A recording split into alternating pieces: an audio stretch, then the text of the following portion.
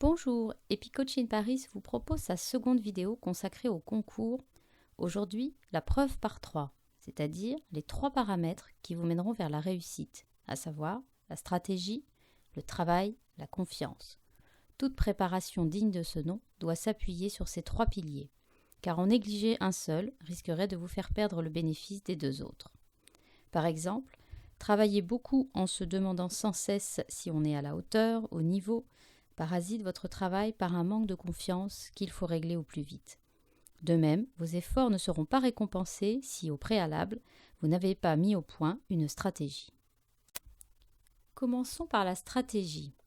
Il s'agit pour vous de devenir un expert des modalités du concours, épreuve par épreuve, de tout savoir sur les coefficients, le matériel autorisé, les durées de préparation et de passage, les seuils d'admissibilité et d'admission. Votre stratégie va alors consister à travailler ce qui aura le plus d'impact et donc à viser des notes élevées et éventuellement de vous fixer des objectifs plus moyens sur certaines épreuves. Ensuite, il s'agit de prévoir vos heures de travail dans un planning précis en pensant à plusieurs paramètres. Tout d'abord, le temps dont vous disposez effectivement en étant très réaliste. Faites ensuite le point sur le temps que vous allez consacrer à chaque épreuve. Attention ici à ne pas voir trop grand. Il ne faut jamais rentrer dans un travail d'expert, sujet par sujet. Ce n'est ni le lieu ni le moment. Prévoyez ensuite de caler le plus difficile dans les créneaux où vous êtes le plus productif.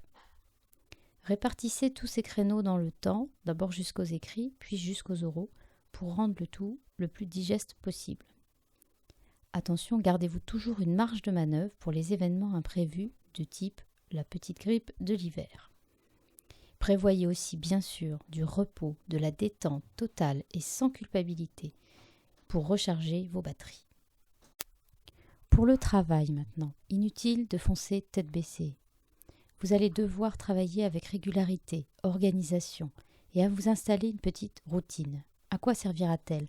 À faire avancer le travail bien sûr, mais aussi à faire taire les inquiétudes du type « qu'est-ce que je fais demain ? Vais-je y arriver ? Vais-je pouvoir tout terminer ?»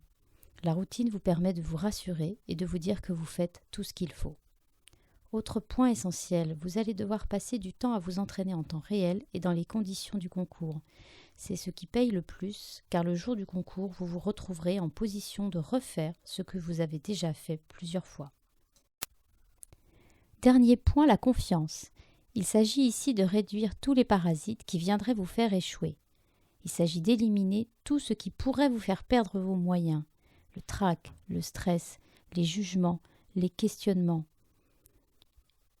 Acceptez de prendre un temps long de réflexion pour en gagner ensuite. La sophrologie peut également aider les plus émotifs d'entre vous, surtout pour les oraux. Le coaching personnalisé aussi permet de comprendre et de déjouer tous les mécanismes de faible confiance ou estime de soi. Voilà pour aujourd'hui, je vous souhaite une belle réussite. Portez-vous bien.